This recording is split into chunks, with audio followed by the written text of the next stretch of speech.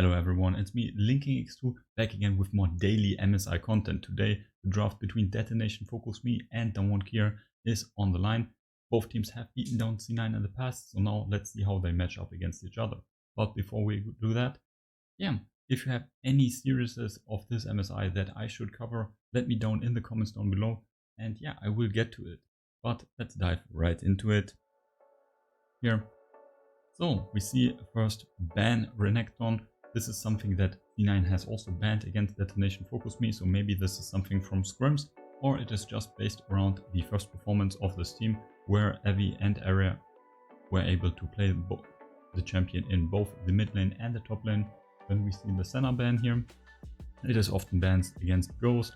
He is, as you often hear, more of a roleplay AD carry, and a supportive style champion like Senna is very great for him. And it is also able to further support Beryl and his more creative champion pool. Then we see more bans here, the Lee Sin on the blue side. I think that's good, because Lee Sin is a more situational pick, in my opinion at least. So the red side Lee Sin is way better in either top or the mid lane. So it can be banned then on the blue side. Let's pause for a bit to cover the next few bans here. The Thresh versus Beryl. It's a bit strange. Beryl is not really known to be the super great Thresh player, so that's a bit strange. I don't really agree with this. And also, if you think about, Ghost is not a hyper carry player either, even though Aphelios is not in the meta. Maybe he is being considered here, but mainly the Jinx, for example, that is very strong with the Thresh, is also not really in Ghost's repertoire, and he's not known for it mainly. And Rumble has to be banned. It is one of the strongest champions at the moment, maybe even the strongest, I don't know. I would value Morgana a bit more, because she is another extra step more flexible with the bot lane potential. And then the Virus, also a bit strange. It's not a first pick champion, also not a champion that Ghost is super great at. So I think the bans here are a bit strange. Maybe they know something that we don't, but I would just assume that they are not wanting to play against this champion. Maybe they have something in mind that is weak against a Varus. So more short-range champions like the Kai'Sa, for example, could be something they look to pick up here in the earlier stages. But this leaves open the Morgana. So not only is Morgana super broken at the moment, she can play all those positions as I mentioned. Kenyon's Morgana has already ripped Blabber apart. No, who was it? Anyway, Kenyon's Morgana already gapped huge. So super strange that this is actually allowed to come through. So then we see the Udyr here potentially being picked up for steal. He already has played Udyr in the past, as he did also play Hecarim, which was a bit of a letdown. But Udyr has seen a bit of a resurgence at the moment, even though he has not the highest priority jungler at the moment. So that's a decent pick. Udyr, a very flexible champion and can fit in a multitude of compositions, so that's at least something, but he's still a bit worse than the Morgana. But it's also easier to play, as Morgana has some issues in terms of dueling, so she would lose in duels versus the Udyr, but of course her clear speed is stronger. Then next to that we see the Tristana. Tristana most likely not going into a solo lane with the setup we have now, because she really likes AP junglers, and the Udyr, as he does magic damage, yes, but it's not a classical AP jungler, so it's probably Utapon that is playing the Tristana here. What do we see here next? For Ghost, they're looking to match pick the AD carry position, which is good, because you reveal less from your comp. You already have the jungler elected. The opposing side matched the jungler, they elected potentially their AD carry, so you matched that, that's good. Then getting the support here, I think that's also a good decision. Yes, you could argue for a support pick later on, but in this case here for the blue side, this is not a strategy that is too recommended. This is more a thing for the red side. So keeping your solo laners, the top lane and the mid lane hidden, is at least something great here. And also securing Beryl's Alistar is a very valuable pick. Beryl's Alistar next to his set, probably his best champions. So already having a multitude of comfort champions here for their players. On the other side, Arya gets the Zoe, so this is a bit sad as it reveals the mid lane matchup. Yes, they can use the R3 pick here and ban out counters with these two here, but it wasn't really too necessary, as the Tristana is still a flex pick that is open. So yeah, it's not super perfect. Maybe they value it highly, or maybe they have something in mind, because the R3 pick is also a pick that can be and is able to be the cornerstone of the draft, as the bans do make the matchup for this champion here very easy. If you're interested in more draft theory stuff, I've made a complete playlist of how to draft. I will link it in the video description, and there should be an icon in either of these corners. So yeah, if you're interested in more of that, check that out. But now let's come back to it. The bans here. So the Lucian, obviously it's banned versus Zoe for the 1v1 matchup. It's a matchup where Zoe can get pressured very hard, and especially here the Lucian and the Morgana. That's a very powerful duo and can control the mid jungle 2v2, even without using the keyboard really. Then the next bans before the pick here, let's cover that. We see Nara versus Khan. Also, it's a decent pick for Khan personally, but considering that this is the blue side, and blue side Nara is quite a bit stronger than the red side Nara, and combining that with other factors like having an AP jungler and the dynamic of Nara counters, or traditional Nara counters like Irelia. Okay, Irelia, no one is going to play that, but like the Jace, for example. Let's take Jace as an example, as we have seen that in the past. So Jace on red side, very vulnerable, and versus the slows from Nara and the stun and CC potential that the Morgana has, right, with her blue smite and then obviously her Q. Nara can be quite annoying in the top lane. Looking at the downward Kia bans here, the set support versus Alistar. It's an annoying matchup for the Alistar, and obviously his ultimate can be just a no button for late game engages, even though Alistar engage is faster than the set ultimate in terms of prioritization. Maybe that is here what they're looking for. It's not a big issue. Next to that is the Nocturne. So far they have not revealed too much, and the Xayah, also a very safe AD carry for Ghost, right? This is what Damwon Kia is known for. They're not playing around Ghost. So Ghost usually has supportive champions, or very self-sufficient champions like the Xayah, or like the Ezreal in the past. We've seen that quite a lot. So Nocturne here is not a huge issue for Ghost. So I'm not really sure, but I think it's next to set. It's something that can be annoying, and they're obviously here in the huge favorite position in this face-off versus detonation focus me. So yeah, pick ban away stuff that can be annoying, pick away stuff that can add variance to the game. And yeah, if we have looked at so many games in the past, even at past Worlds, Nocturne can be a huge upsetting factor just with the nature of his ultimate. So yeah, I think if you have a free ban banning this champion away, considering that Detonation Focus Me, I believe, have picked it at MSI, it's good, it's decent. So Detonation Focus Me seemingly keeping their top lane pick for last. So yeah, I think that is okay here, as they already see the support here from Damwon Kia, so they can counterpick this, and they don't reveal their top laner here to then get counterpicked. So obviously the support pick here is very smart from them, or at least it's not stupid, right? It's not super insane, but it's good. Looking at the Rel here with the Tristana, obviously very, very strong level 2. Rel has most of their abilities for the engage, and the Tristana with the WE combination, they can blow someone up. And also concerning that Alistar on level 1 is very, very weak.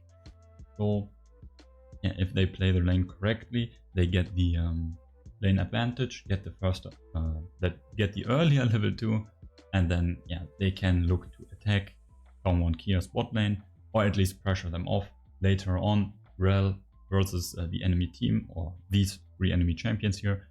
It's not too easy to play. There's a Black Shield, there's a Xayah ultimate, and Alistar is known to be a decent counter against her, as he can knock her back and try to interrupt her combo. So it's not super perfect, but at least for the laning phase, which is probably where they are looking to attack Damwon Kia, at least for now, it's good, And yeah, alongside also the Udyr, they have some engage options here, which is always good. In the MSI reviews I covered in the past few days, we always saw comms lacking engage. So now we see both sides here packing engage, so it will at least be somewhat interesting, as one team is not getting slaughtered here. But let's continue. We see the Gangplank hover here. Gangplank obviously a very, very powerful champion. The best top laner in the game, at least in my opinion. So yeah, they get very strange that they get Gangplank and the Morgana. So yeah, they get the best top laner, they get the best jungler. So yeah, the top side already looking super strong. The bot lane, even if Ghost and Barrel misplay the lane a bit, they are very, very safe and not really diveable. These champions are very safe under turret, even though the bot lane layout is not in their favor, but that should still be fine. Then we see the Victor here. So what can we now conclude for the Damwon Kia team comp here? It is very laid back. So they have huge scaling with all of their champions, and they are playing backwards. So these champions are blue colored themes, and yeah, there are also green elements here and there. And the most important thing also, if you're drafting for a more blue side, blue colored team comp, can you even wait out and hold out till your scaling really comes online? And that is indeed here the case. So the bot lane is very, very safe. Victor also a very laid back and safe champion in the mid lane. Yes, he can get pressured by the Zoe, who is a bit more aggressive in her approach to the mid lane matchups versus Victor here, especially. So he will lose the Shove and the CS early on, but we all know Victor has an item breakpoint, or it is just level 9, I think, where he is insta-shoving the lane. So yeah, that's also super fine. And top lane, not only making use of the better terrain of the blue side top lane, Gangplank also very safe here. And yes, there can be a potential counter pick here versus a Gangplank, so let's see what that is. But overall, Damwon Kia's comp very on theme, and yeah, concerning the past drafts, where often one team was not really paying attention to what the enemy was doing, especially Cloud9 concerning their poke comp, but or how would you describe, or their laid back comp, their scaling comp, their zone control comp, which is good, but you can't really poke and zone control if the enemy has higher poke and higher forms of gameplay. So here, let's pause again for a bit. Their comp is laid back, but on the other side, Detonation Focus Me is a team, has champions that move into them. So these champions are not useless, they don't get outranged or anything, only by the Zoe here really.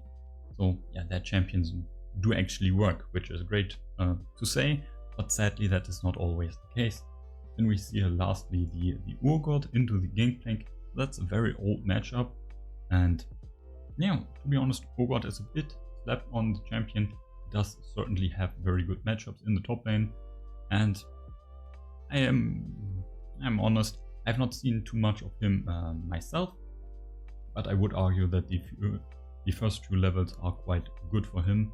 Again, his basic abilities are quite strong, but Khan is a very good Gangplank player, and if he understands the dynamic of the game, then he should know that even losing out on a few CS and getting zoned early on is not a huge pain. Then later on, Urgot here is not falling in the same category as a Jace that can then be chased down by the Gangplank barrel slows and the slows and snares from the Morgana. So yes, he can be CC'd, but with his E he can even dash while being CC'd, and he's also quite tanky, so he might make it out if he gets ganked. So that's, I think, better than any of these more squishier and very aggressive champions that could be elected here in the top lane. I already talked about down 1 Kia's comp, so now let's talk about Detonation Focus Me, as they have finally swapped correctly here.